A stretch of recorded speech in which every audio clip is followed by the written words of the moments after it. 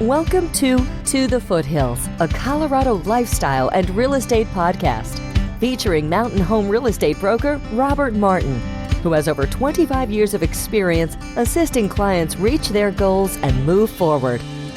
Tune in each week for a dynamic conversation with experts, Colorado adventurers, and residents that explores the ins, outs, and specific nuances of buying the perfect mountain home or selling your dream home in Evergreen, Conifer, Bailey, and surrounding areas to catch a glimpse into the Colorado lifestyle that's a part of you.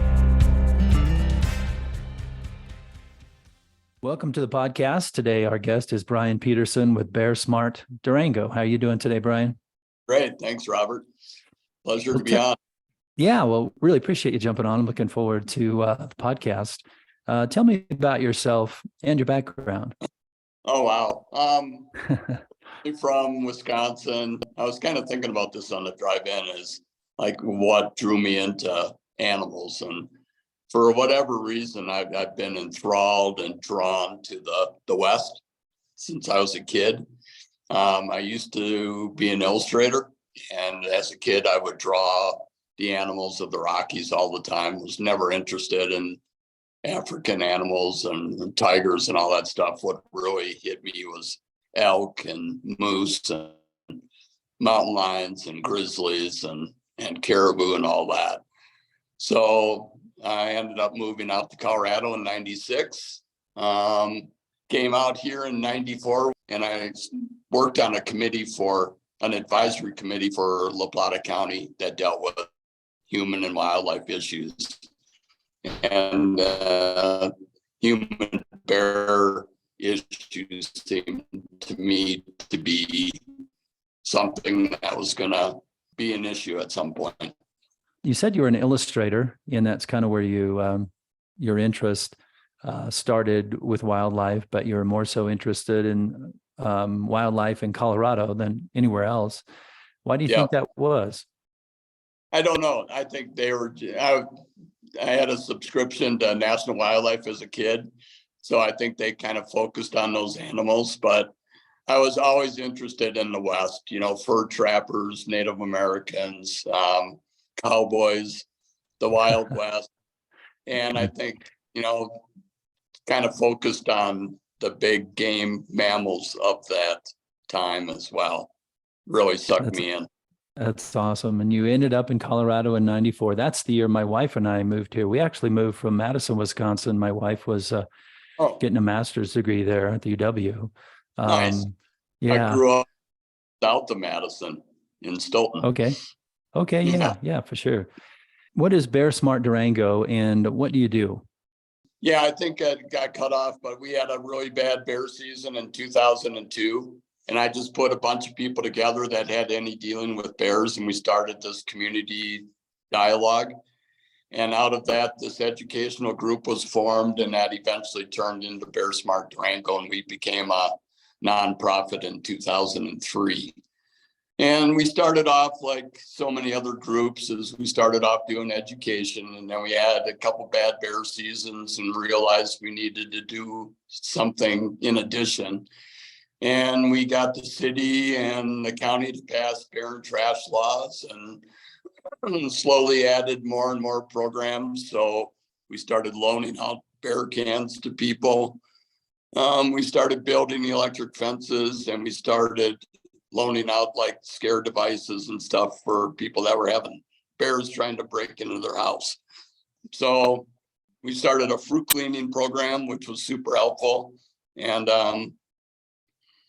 feeds the community without feeding bears. And that's been great.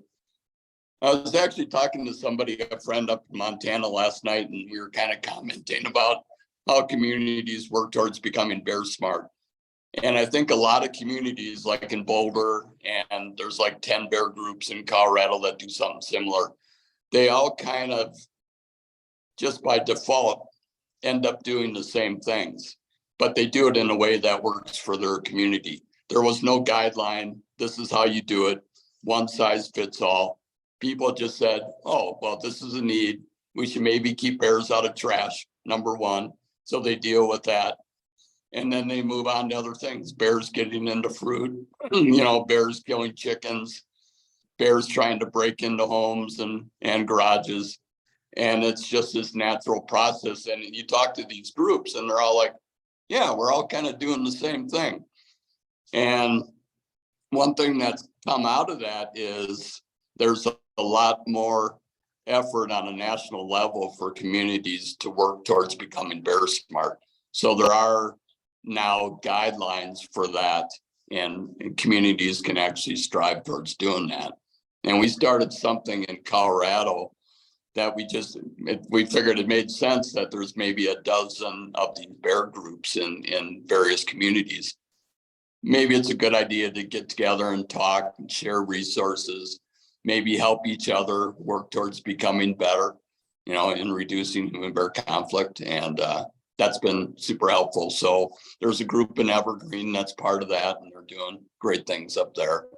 So I know you had mentioned before we jumped on the call, the Jefferson County Bear Coalition. So I assume that they're doing very similar things, and you guys coordinate or visit and see how you can help each other with your organization and theirs. Yeah, Colorado Parks and Wildlife made $1 million available last year for communities and groups to reduce human bear conflict. So we applied for funds down here as a kind of a consortium. The Jeffco Bear Coalition applied for funds and they got $67,000 for a number of all metal bear containers for the parks. So yeah, and those things are important. I mean, it's we want to live in harmony, but we also want to be safe, and the bears want to eat, and that's if we can keep our trash safe, which is, like you said, one of them probably the most important things, or one of. Yeah. What have you learned, Bryan, from attending the regional and international bear conferences? What types of things do you glean from those events? Wow. Like I said, these communities all kind of end up doing the same things by default, but at these conferences, you talk to people that have been, like in Montana, they deal with grizzlies. They've been, doing this for a couple decades, and they're way ahead of everybody. So they've already tried and tested a bunch of mitigation and products and whatnot.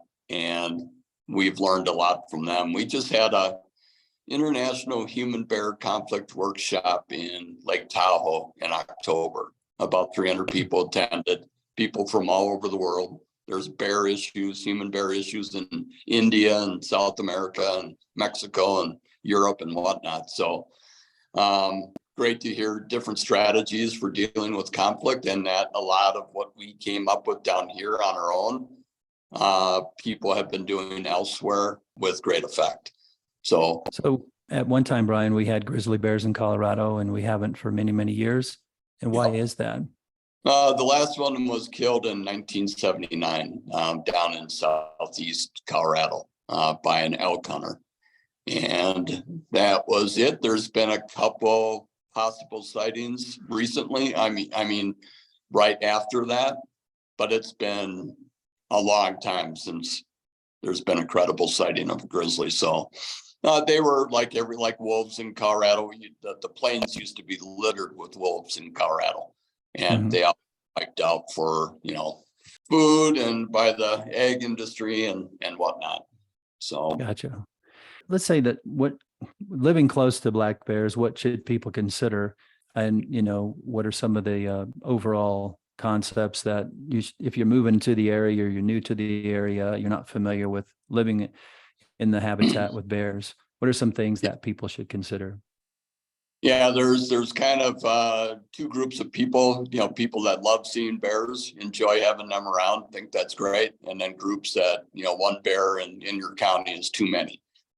And I think a lot that the people still aren't getting, especially newcomers, people that aren't familiar with bears, is that there's a reason bears are around people in houses. And that's, most likely because they're finding human food sources like trash and bird feeders and pet food and domestic apples, you name it. So, if you're one of those that doesn't like having bears around, or even someone who does but realizes that's maybe not good for both people and bears. There's a few things you can do, and the most notably is locking up those food sources. Get a bear resistant trash can. Make sure bears aren't getting into your trash. And a really nice thing about those is, bears do break into garages. They do break into sheds. We've told people for decades, store your trash can in your garage. Well, then you have $1,500 worth of damage to your garage from a bear trying to get at your trash. You can have a bear resistant trash can, keep it outside 24/7, and bears can't get in, and you don't have property damage. So probably the number 2 attractant is bird feeders. It's a real tough issue. People love feeding birds. I have so many friends that understand the bear issue and refuse to give up bird feeding. And it's probably the number 2 cause of all human bear conflict in Colorado. And it's really hard to feed birds without feeding bears. People say, well, I bring mine in at night. You're aware that bears can come by during the day. So yeah, half of the problem. And, so there's a whole list of attractants that bring bears to your house. They've got incredible nose. They've got an incredible sense of smell, 7 times better than the best dog, and 100 to 200 times better than us. So they smell these. You had mentioned, Bryan, about putting, having a bear resistant trash can outside and leaving it outside 24/7. We had a bear in our garage, probably 2 years ago, trying to pull our trash can out through the garage door. And by the time I got out there, it scared the bear away and such. But yeah, that's a good point. And that's something I think that people might not be aware of or even think about moving to the area. So would you contact your waste management company to get those trash cans? They have those and they sell them, or do you have to do anything to your trash can to make it bear safe? Or it depends if they're offered in your area. They weren't available here for county residents for a long time, up until maybe 5 years ago, or very few people had them. So the city of Durango is slowly swapping out all the bear cans, or all the trash cans in town, to be bear resistant. If you live in the county, you call your waste hauler or call any of the waste haulers, and you can get a bear resistant trash can. Okay. But you'd have to look into that up in Jeffco. Yeah, I think so. Yeah, just check whoever does your recycling and your trash collection and see if they have those types of receptacles. What else, Bryan? I know the food element with the bears is very important. Other things that people can consider making their home bear safe, or is it mainly with their with their interest in eating and their very fine-tuned sniffer? Anything else that you may want to be cognizant of as far as making your home bear safe? I think by far, if you have attractants on your property, that's the number 1 deal. If you don't remove attractants, you'll keep having bears come by. So a lot of times people say, I want this bear dealt with, but they don't want to clean up their attractants. And that just, you can remove a bear, they can be captured and relocated. And another bear will just come in.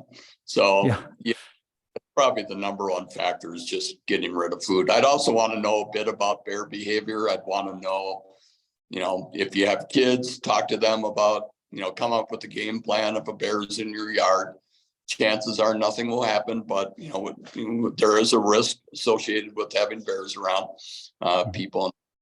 So come up with a game plan of what to do. This is how you react if a bear is around, if you encounter a bear, and these are some things you can do to be safe. Probably another huge thing is, I'm sure you have a lot of people that recreate with dogs up there, and that's a huge issue with bears and dogs. So if you're out hiking, make sure your dog's on a leash, or you have a good handle on where your dog's at, that sort of thing. Yeah, it's a really hard thing to say, because I never have my dog on a leash when I'm out hiking. I assume that risk. I always have a can of bear spray with when I'm hiking. That's a huge thing as well. But off-leash dogs cause a lot of problems with bears, especially with females defending cubs. So Gotcha. that's a huge issue. That's generally where you hear people come or have an encounter with a bear or with a sow or mother that's got cubs or something. What would you recommend, Bryan, when someone does have an encounter with a black bear? How should they react, and how should they kind of, get through that situation? Yeah, this is probably a 2-hour conversation, but I would think the first thing in that situation is to do whatever you can to not be in that situation in the first place. And I actually talked to somebody online a couple weeks ago, and they said, I hate it when people recommend that people make noise in the backcountry. That should be quiet and surreal and serene. And whenever I'm in bear country, I talk. Probably the best thing you can do is not be in the woods by yourself. Have your dog on a leash, carry bear spray. It's best to hike in groups. It's best to make noise. If you encounter a bear, everything's based on what the bear is doing. It doesn't matter if it's a grizzly, if it's a black bear, whatever. It's your reaction is based on what the bear is doing, and your reaction will, in a lot of ways, inform that bear's reaction. So if you do all the right things, bear does all the right things, everything's great. But there's a few kinks in that where things can go sideways in a hurry. But there's so many people out recreating, the chance of something unfortunate happening is incredibly low. But as we learned down here, we had a local resident out hiking with her 2 dogs and was killed and partially consumed by a black bear and her 2 cubs. So it does happen, and people should be aware of it. You certainly want to keep your distance and be respectful. It seems that they really don't want anything to do with humans unless it's an encounter that's took them by surprise, or they do have young ones. In that situation, would you throw things? Would you try? You don't try to run, correct? I mean, you just. I know that sometimes I've talked to friends that hunt and that spend a lot of time in the outback or one at the Arctic National Refuge. And he said he's been charged by bears. That happens at times where they charge, but they don't actually, they come within a certain amount of feet of you. Yeah. Which would probably, fill your britches up with something, but that would be a little concerning. But Yeah, it definitely wakes you up. I've been bluff charged a few times. And what I've always found interesting is with bluff charges is you don't know if it's a bluff charge until did make contact. But yeah, I'm a huge proponent of bear spray. I can't talk about it Gotcha. enough. Yeah. It doesn't mean you be an idiot in the woods and go chase, bear cubs with their mom around. It's a great tool to have in, if things really go sideways, like I said before. Yeah. Good point, Bryan. That's you should have that in your pack or with you when you're out and about.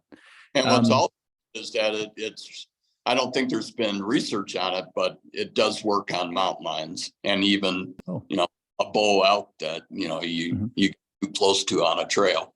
So, or I wonder, a moose too, maybe. Moose seem to be a little aggressive at times, possibly. Yeah, it just, with the bear, they've got that huge, super sensitive nose.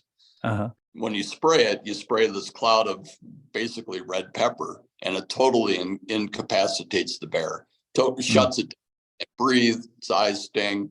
It just, shuts the bear down and allows you time to do something else. Probably, you asked before about a bear encounter. Probably the best thing to do is, realize, don't be wearing earplugs when you're out hiking. Pay attention. Look for, if you see bear sign, maybe that should tell you this. Maybe I should turn around and go back. But if you see a bear, just start, say, hey, bear, it's just me. I don't mean any harm, and walk backwards the way you came. And hopefully that does it.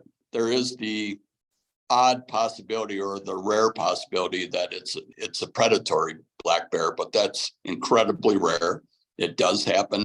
But if a bear follows you, looks super intent, has its head down, that's something you would have to pay a lot of attention to. I think a big problem is people are so interested in posting videos. Do you think black bears Bryan, are hibernating for less time? And if so, why do you think that's happening?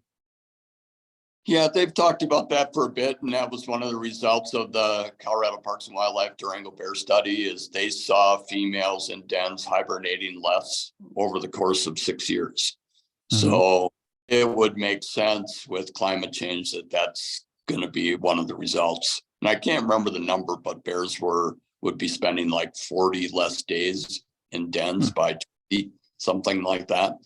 And where the problem there is that just puts bears out on the landscape for a greater period of the year, which Mhm. exposes them, increased conflict. Right. More interaction or more possibility for interaction. So what was it like for you, Bryan, to win the Animal Advocate of the Year in 2019? That was pretty neat. I think having one of their officers do bear and trash enforcement in the county starting this spring, which is huge. We haven't had a dedicated bear and trash officer yet. So this has the potential to make a huge difference here. But yeah, I was incredibly honored. Yeah, that's cool. Congratulations on that. Sounds like well-deserved. And what does it mean, to be a good animal advocate? What does that mean? I mean, it's kind of encompasses what we're talking about here and what your whole purpose is. Not exactly sure how to answer that. I think, the thing that has always interested me in this issue is it's just one big, huge puzzle to solve. And there are so many roadblocks. So if you're into bears, this is probably not the position for you. It's all the grunt work, thankless Zoom meetings and dealing with officials and just banging your head up against the wall, trying to figure out or solve this puzzle. And you're going to learn way more about trash than you'd ever want to. You're going to hear all the reasons why this can't be done. But as other communities have shown, communities like Snowmass, Telluride, Vail, they figured this out decades ago. And I think you just have to figure out as an advocate how to reach that goal. And a lot of just having the right people in your community that can affect change and getting the people that have the highest ability to affect change to do so. That's been the hardest thing here is there's only so much I can do. I can go in and tell the city or the county, this is what you need to do. These are what other communities have done. This would be helpful here, but you really need the whole community behind you to make demands.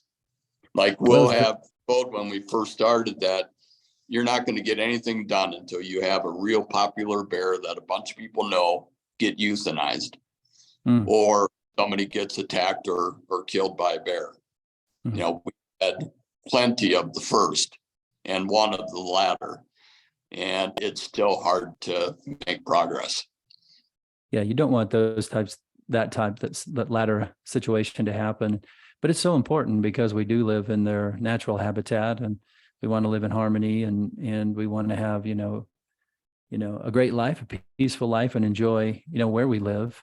And you're so right with the communities that have done it. When you go to Vail, there's, the bear safe trash cans everywhere. And so that's important for everywhere. And we do see it, in open space parks, Bryan, where they have those types of trash cans and campgrounds and different things. But just for somebody that's considering a move that does live in the foothills or in a bear habitat, just to be aware of those things. Some people don't have the interest, I guess, in learning about them, but I think it's important for most people to at least aspire to, to get some knowledge on it. And I think most people do over time. They learn that, there's certain things you should and shouldn't do. Well, I really appreciate it, Bryan. I'm sorry about the internet problems. We've kind of been in and out a little bit there, but where can people go to learn more about black bears and Bear Smart Durango? Yeah, we're pretty active on our Facebook page. We post a fair amount. So that's Bear Smart Durango on Facebook. And then our website is bearsmartdurango.org. We're also on Instagram. But Okay, that's great. just before this was interesting was that people don't care. And the thing I've found is that that's true. A lot of people don't care until they have a bear breaking into their vehicle or breaking into their car or killing their chickens. Then they understand the message and are. So I think part of it is, how do you reach those people before that? And how do you people that most need to hear the message? Because it's good for them and it's good for the bear population as well. Yeah. We want to keep them safe and vibrant. So anything you'd like to add, Bryan, before we go that we didn't touch on? Yeah, the Jeffco Bear Coalition, they've got a public forum coming up sometime at the beginning of March. And you can contact Barbara Gertz, that's Gertz, on their Facebook page, and that's Jeffco Bear Coalition. Otherwise, you can email her at bearawareevergreen@gmail.com. And they'd love volunteer assistance that your community can provide. But yeah, it's been a great pleasure, Robert, and thanks so much for doing this. Yeah, well, thank you so much for sharing your information. And I would encourage local residents to reach out to the Bear Coalition in Jeffco and for more information, or if you want to volunteer. It could be a really fun experience. Thanks so much, Bryan. I really appreciate your time. Yeah, thanks, Robert. To the Foothills, a Colorado lifestyle and real estate podcast. On the podcast, I interview real estate experts, Colorado adventurers, and residents who enjoy the serenity and lifestyle of living in our mountain communities. Tune in each week for a conversation that explores the ins and outs of buying the perfect mountain home or selling your dream home, and catch a glimpse into the Colorado lifestyle that's a part of you.